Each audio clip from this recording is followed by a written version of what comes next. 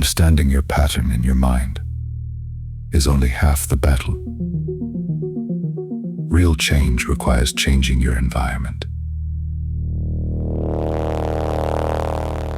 If you're ready to bring intentional regulation into your daily life, the official store is live. Go to installselfos.com/store. There, you will find real-world tools and resources engineered to ground your nervous system and disrupt the autopilot. Somatic anchors like premium weighted blankets and physical Pomodoro timers, alongside books and guides available in both print and digital formats depending on how you choose to study. Everything you need to transition from theoretical awareness to daily, deliberate practice. Bring the code into the physical world. Go to installselfos.com/store. Explore the ecosystem and take full ownership of your operating system today. Installselfos.com/store. There was a version of me that I learned to hide before I even understood what hiding meant. I was young, too young to know what to do with words that change the way you see yourself forever. I remember the room, the stillness of it, the way the air felt heavier than it should have, the way everything just stopped. And then he said it. My father. The man who was supposed to want me. The man who was supposed to see me. He said he didn't want kids. And in that moment, my heart sank and my body froze. Not the kind of freeze that looks dramatic from the outside. The kind that happens completely silently somewhere deep in your chest where no one can see it. Like a kick in the gut that nobody else saw land. I didn't cry. I didn't speak. I didn't move. I just stopped. And in that stillness, I didn't hear a general statement. I heard a verdict. A truth that settled into me so quietly, so completely, that my first thought wasn't anger. It wasn't confusion. It was, I wish I took up less space. Not because I wanted to disappear, but because in that moment, I believed the world would be easier if I made myself smaller. And that feeling, that gut kick that nobody saw land, it didn't leave in that moment. It stayed. It followed me into every room after that, into every relationship, into every version of myself I tried to build. It became the quiet voice underneath everything, the one that whispered, don't ask for too much, don't need too much, don't be too much. That was the moment the split began. The moment I learned that being myself came with a cost. The moment that I started building the version of me who wouldn't be a burden.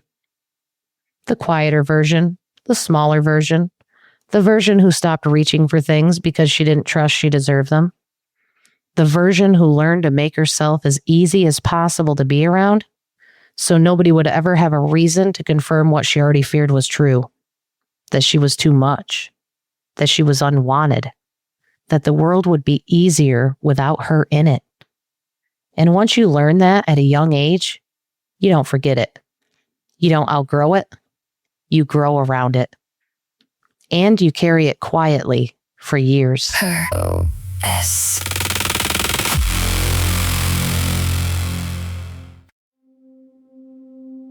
What if the part of you that disappeared was never destroyed?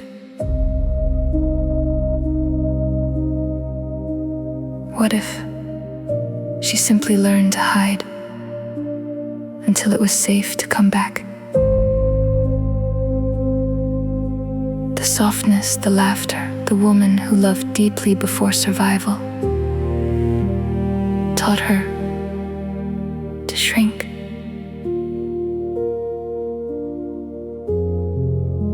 There's a guide designed by Self-OS. It's called Pause Before You React.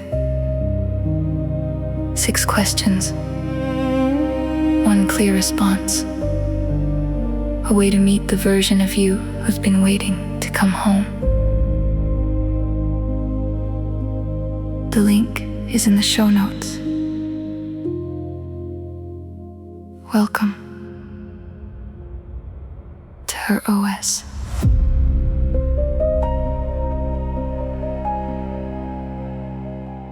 I didn't just hide myself. I abandoned myself. Not dramatically, not all at once, but in tiny betrayals that looked harmless from the outside. It started with that gut kick, that moment when something lands so hard it doesn't just hurt, it relocates something inside you. That's what his words did. They didn't just sting and pass. They settled. They stayed. They became the quiet voice underneath everything. And I built my whole life around managing that voice. I said it's fine when it wasn't. I said, I don't care when I cared so much that it hurt. I said, whatever you want, because I stopped trusting that my wants were allowed. But the deepest betrayal, the one I'm most uncomfortable admitting, was this. I was never allowed to be happy. Not by him, not by the version of me I became.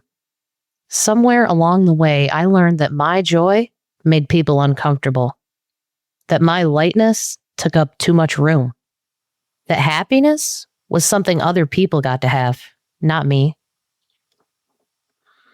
So I became the woman who didn't reach for it, who flinched when things were going well because she was already bracing for when they wouldn't, who kept one eye on the exit, even in rooms that were perfectly safe. And here's what nobody tells you about learning that young. It doesn't just affect the hard moments, it infects the good ones too. I couldn't receive a compliment without deflecting. I couldn't sit in a celebration without waiting for it to collapse. I couldn't let myself be fully loved because I was so certain I'd eventually be proven unworthy of it. I was scared of confrontation, scared of disappointing people, scared of being too much, scared of being truly seen and still not chosen. And the worst part, I got good at it. Too good. I could smile through heartbreak. I could swallow anger like water. I could perform I'm fine so convincingly that even I believed it. I wasn't living. I was guarding. Guarding my words, guarding my feelings, guarding the door to the real me so carefully, so constantly, that eventually I forgot there was something worth protecting behind it. The truth, the uncomfortable truth, is that I didn't hide the real me because she was weak. I hid her because she was honest, because she wanted things, because she deserved to be happy. And that felt like more than I was allowed to ask for. She is the woman who smiled through it, who showed up anyway, who held everyone else together, while quietly falling apart inside. She is the woman who laughed at the right moments and cried in private, who said I'm fine so many times, she forgot what not fine even felt like. She is the woman who shrank, who apologized for taking up space, who loved loudly, but accepted the bare minimum in return. Because somewhere along the way, she decided that was all she deserved. Maybe you know her. Maybe you are her. This is for her. Let's get into this.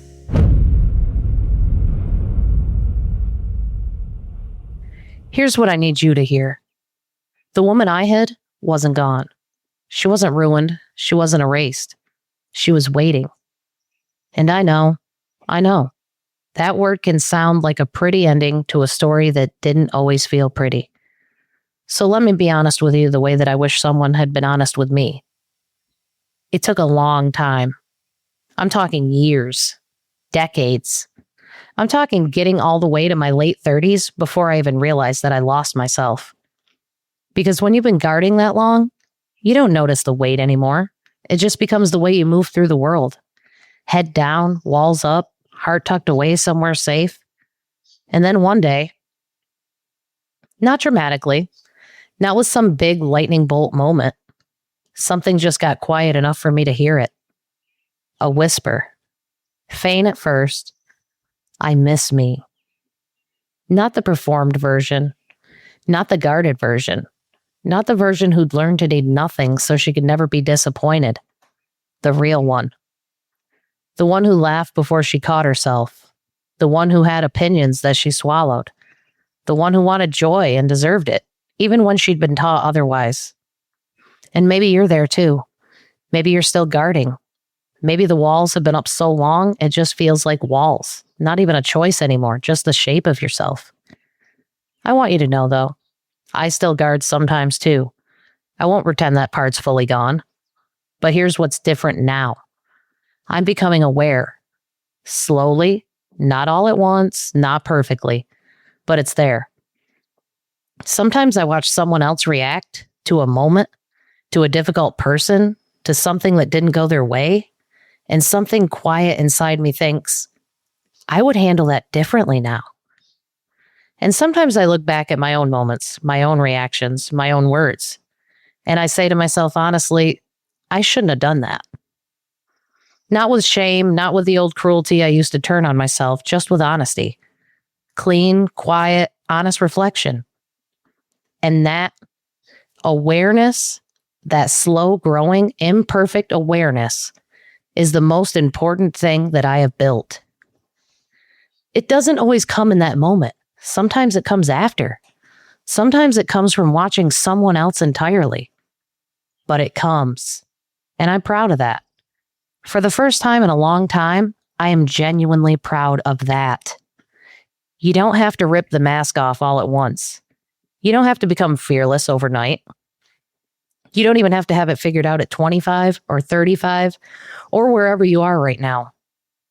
You can start with awareness, just noticing, just that quiet inner voice that says, that wasn't me at my best, or I would do that differently. Because the version of you that hid to survive isn't asking you to be loud. She's asking you to be honest. She's asking you to stop leaving her behind. She's asking you to let her breathe again. And she is still there. I promise you that. She is still there. You don't have to find her. You don't have to stop running from her. It's not too late. And it was never too late. And you, yes, you, were always allowed to be happy. When the nights get heavy, remember this. You're not broken. You are buried. And there's a difference. You're not rebuilding yourself. You're returning to the woman that you were before the world taught you to hide. She's been waiting, and she's not going anywhere. She's all yours and ready when you are for the next step. So if you're listening to this right now, if any part of this feels like your story, your childhood, your patterns, your survival, I want you to hear me clearly. You didn't fail, you adapted. You didn't disappear because you were weak. You disappeared because you were smart enough to survive what you were given. But survival is not the end of your story. It's just the beginning of the part where you come back home to yourself. Because there's a moment, and maybe you're in it right now, where you stop asking for permission to exist. Where you stop waiting for someone to tell you it's safe to take up space. Where you stop shrinking just to make other people comfortable. And that moment is the beginning of your return.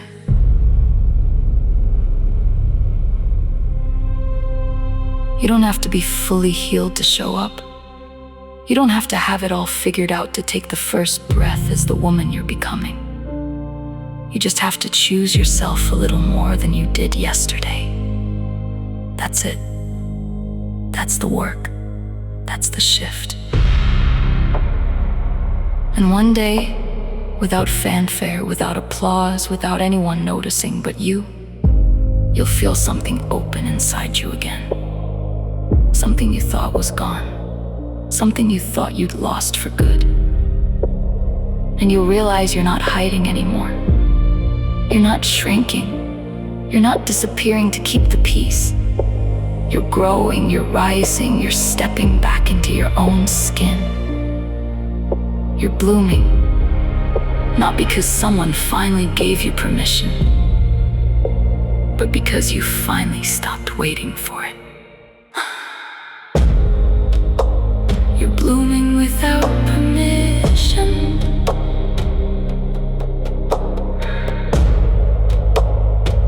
This has been Her OS episode 11B.